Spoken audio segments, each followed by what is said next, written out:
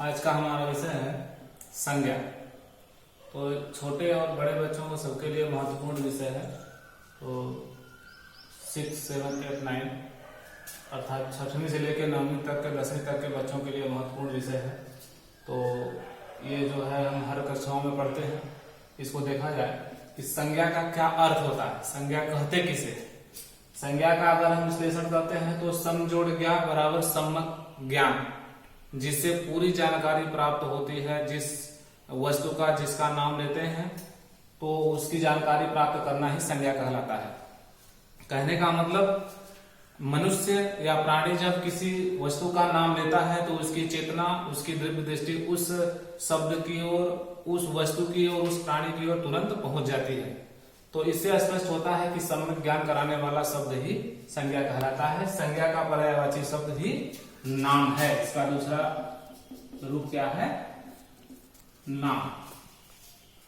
तो इसकी परिभाषा होती है कि किसी व्यक्ति, वस्तु, स्थान व उसकी स्थिति के विषय में जानकारी प्राप्त कराने वाले शब्द ही संज्ञा कहलाते हैं। या किसी वस्तु, व्यक्ति, वस्तु, स्थान के नाम के जो है स्थिति को ही संज्ञा कहते हैं, अर्थात जिसका नाम स्पष्ट रूप से हम जानते हैं।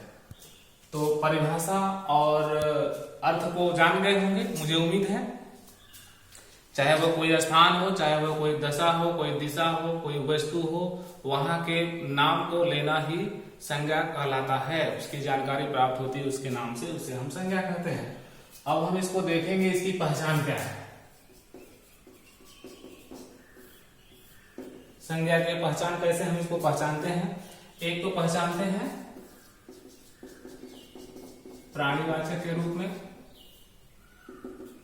प्राणीवाचक में जैसे मान लीजिए आदमी,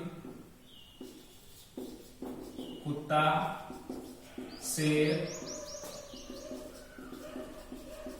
या बिल्ली, जिसके अंदर चेतना होती है, जो बात सुन सकता है, समझ सकता है, बोल सकता है, कह सकता है, जिसे भूख लगती है, प्यास लगती है, जिसको हवा और पानी की जरूरत होती है। और दूसरा होता है अप्राणीवाचक। कुछ ऐसे होते हैं जिनको न भूख लगती है न प्यास लगती है, लेकिन फिर भी उसको हम गिनते हैं और पुकारते हैं। जैसे अभी हम कह देते हैं कुर्सी, मेज, कलम। तो यहां पर ये नाम तो है लेकिन यह प्राणीवाचक नहीं है, इसको हवा और पानी की जरूरत नहीं पड़ती। तो यहां पर एक तीसरा है क्या? गणनीय, और एक होती है अगणनीय। तो गणनीय में क्या होता है?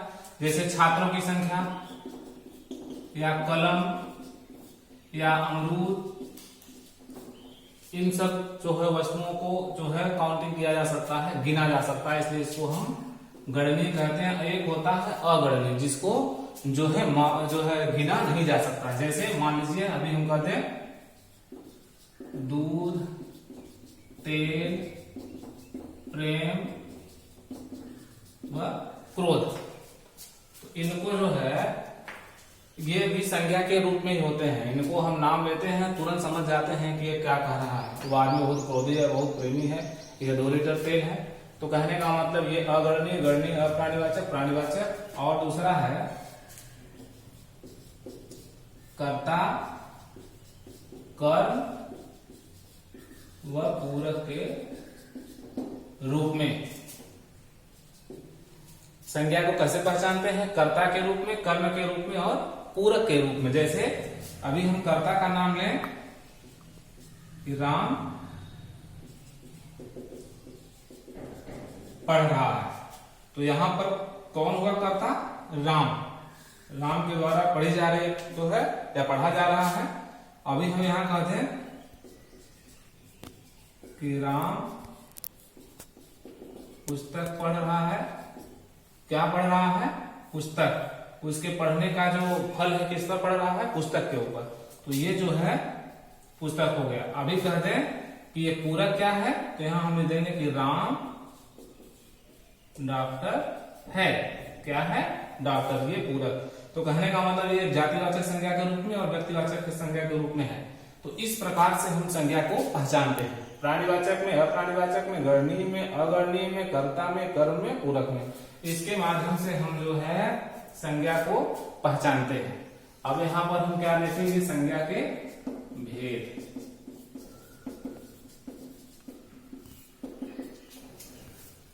आपको हम बता रहे हैं कि संज्ञा के माध्यम से हमारे लिखावट और हमारे जो अनुच्छेद होते हैं, हमारे जो कथनी होती है, हमारे जो लेख होते हैं वो सुंदर और स्पष्ट हो जाते हैं। बिना संज्ञा के जो है कोई भी लेखनी, कोई भी वाक्य पूर्ण नहीं होता, वो अपूर्ण रहता है। तो यहाँ पर हम देखेंगे संज्ञा के भेद, संज्ञा को कितने भागों में बांटा गया है। तो हमारे विद्वानों ने, हिंदी साहित्यकारों ने मुख्य रूप से 3 प्रकार के संज्ञा को बताया है। जैसे एक होता है व्यक्तिवाचक और दूसरा होता है जातिवाचक और तीसरा होता है भाववाचक। 3 प्रकार के संज्ञा होते हैं। जातिवाचक संज्ञा में 2 रूप और होता है, अभी हम आपको बताएंगे। तो पहले हम पहला देख लेते हैं कि व्यक्तिवाचक संज्ञा क्या है। जहां जिस संज्ञा शब्द से किसी व्यक्ति विशेष वस्तु का, स्थान का जो है ज्ञान प्राप्त होता है, उसे हम व्यक्तिवाचक संज्ञा कहते हैं। जैसे अभी हम कह दें दिल्ली भारत की राजधानी है। अब देखिए यहां पर एक वाक्य बन गया, लेकिन व्यक्तिवाचक संज्ञा है, जहां पर व्यक्ति विशेष शहर हो, वस्तु स्थान हो। तो दिल्ली जो है ये क्या हो गया, एक शहर का नाम है और किसकी राजधानी है, भारत की। तो ये दिल्ली और भारत ये क्या है, व्यक्तिवाचक संज्ञा है। जैसे अभी हम दूसरा उदाहरण दे दें कि तुलसीदास ने रामचरितमानस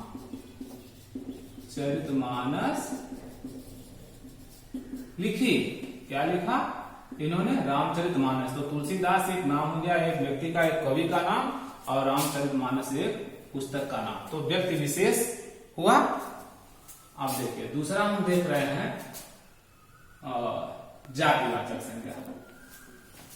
जातिवाचक संज्ञा किसे कहते हैं, जातिवाचक संज्ञा होता है जिस संज्ञा शब्द से किसी व्यक्ति विशेष नहीं बल्कि किसी वस्तु का, स्थान का, व्यक्ति का, प्राणी का जो है संपूर्ण जाति का बोध होता है, उसे हम जातिवाचक संज्ञा कहते हैं।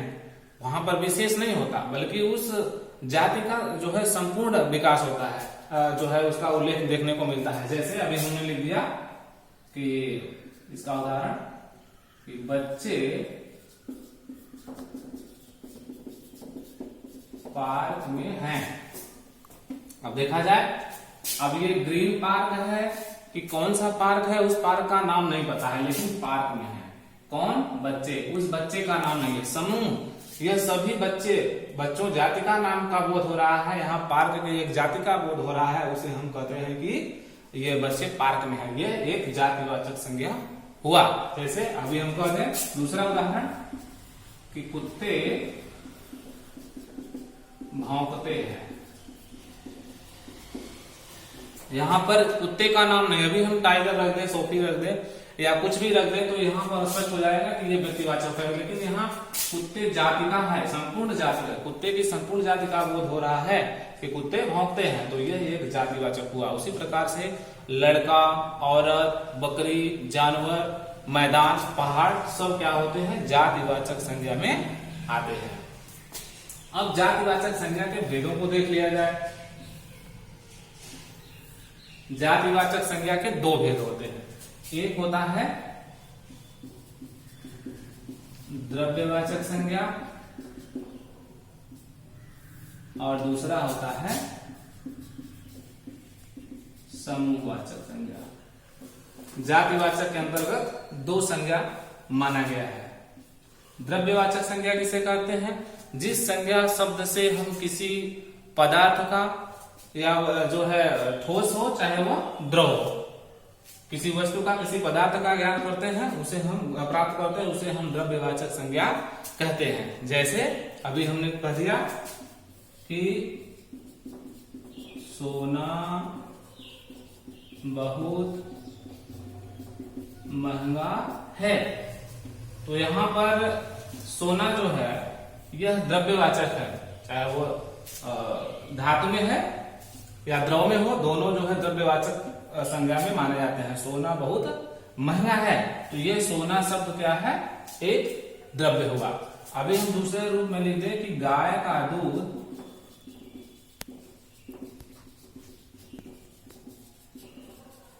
मीठा होता है, तो ये जो दूध शब्द है ये क्या है, द्रव्यवाचक संज्ञा की पुष्टि करता है। अर्थात सोना, चांदी और लोहा और दूध, तेल, ये सब क्या होता है, ये सब जो है द्रव्यवाचक संज्ञा के अंतर्गत आते हैं। इसके बाद देखते हैं हम अगला समूहवाचक संज्ञा। तो जिस संज्ञा शब्द से हमें किसी प्राणी का, किसी वस्तु का जो है समूह का, वहां के भीड़ का, वहां के जो है समुदाय का बोध होता है, उसे हम समूहवाचक संज्ञा कहते हैं। जैसे मैं 8वीं कक्षा में पढ़ता हूं, मैं 8वीं कक्षा में पढ़ता हूं, तो ये कक्षा शब्द क्या है, ये कक्षा शब्द जो है समूह को बता रहा है। यह कह दे कि वहां जानवरों का झुंड है, वहां जानवरों का झुंड है, तो ये झुंड शब्द जो है यह समूहवाचक संज्ञा को बताता है।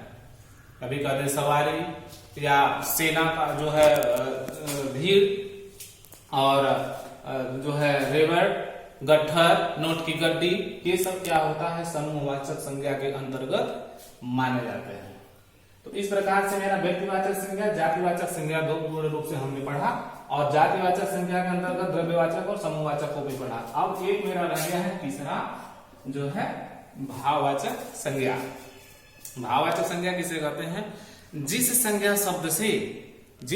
शब्द से हमें किसी मनुष्य के अंदर की स्थिति का, दशा का, भाव का ज्ञान प्राप्त होता है, उसे हम भाववाचक संज्ञा कहते हैं। जिसको हम महसूस कर सकते हैं, स्पर्श नहीं कर सकते, वहां पर हम जो है भाववाचक संज्ञा उसे कहते हैं। जैसे अभी हम कहते हैं कि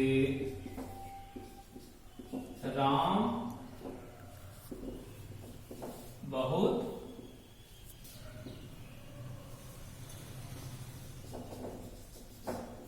क्रोधी हैं।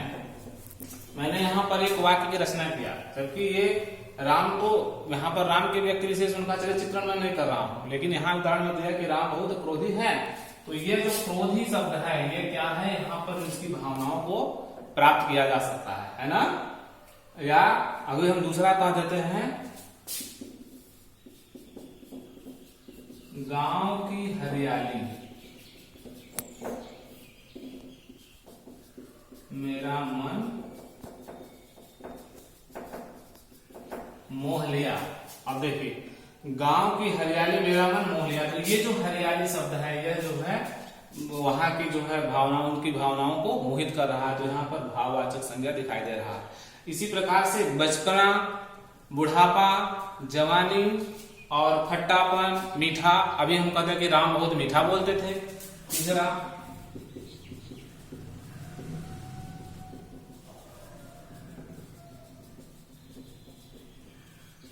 या राम की बोली में बहुत मिठास थी। तो ये जो मीठा या जो मिठास शब्द है, मिठास, खटास, तीखापन या जो है लड़कपन, बचपन, ये सभी शब्द जो है भाववाचक संज्ञा के अंतर्गत आते हैं। इस प्रकार से हमने जो है संज्ञा के तीन भेद के साथ साथ जो है ये मुख्य तीन थे, लेकिन गौड़ रूप से अगर मैं इसको देख लूं तो 5 प्रकार के संज्ञा हमारे जो है हिंदी साहित्य में माने जाते हैं। अब कुछ संज्ञा शब्द ऐसे होते हैं जो व्यक्तिवाचक होते हुए जातिवाचक में हो जाते हैं, और कुछ ऐसे होते हैं जो जातिवाचक में होने के बावजूद भी व्यक्तिवाचक हो जाते हैं। जैसे अभी हम कह दें कि अरे विभीषणों से बचिए या जयचंदों से बचिए, तो ये जो जयचंद और विभीषण है, यह शब्द जो है क्या है, यह व्यक्तिवाचक है। लेकिन विभीषणों से बचिए तो यह व्यक्तिवाचक होने के बावजूद भी यह जातिवाचक हो गया। वहीं दूसरी तरफ अगर हम कह दें कि कुछ जातिवाचक संज्ञा जो है व्यक्तिवाचक में आ जाते हैं, जैसे अभी कह दिया जाए कि हमें गुरुदेव की बहुत याद आती रही, तो यहाँ पर गुरुदेव सबसे लेकर के नहीं है, तो गुरुदेव जातिवाचक हुआ, लेकिन गुरुदेव किसके लिए संबोधित किया गया, इशारा किया गया, रविन्द्रनाथ टैगोर के लिए, है ना। या अभी कह दिया जाए कि आजाद भारत, उस समय आजाद भारत के पंडित जी प्रधानमंत्री हुआ करते थे, तो यहाँ पंडित जी जातिवाचक हुआ, लेकिन पंडित जी किसकी ओर संबोधित कर रहा है, जवाहरलाल नेहरू की ओर। तो कहीं कहीं देखने को मिलता है कि जातिवाचक व्यक्तिवाचक में और कहीं कहीं व्यक्तिवाचक जातिवाचक में देखने को मिलता है। तो मुझे उम्मीद है कि संज्ञा के अर्थ को और पहचान को, परिभाषा को मैंने जो है उदाहरणों के द्वारा जो है स्पष्ट किया है।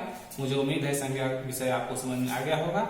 इसके बाद का जो विषय होगा दूसरे कालांश में आपको बताया जाएगा। तब तक के लिए धन्यवाद।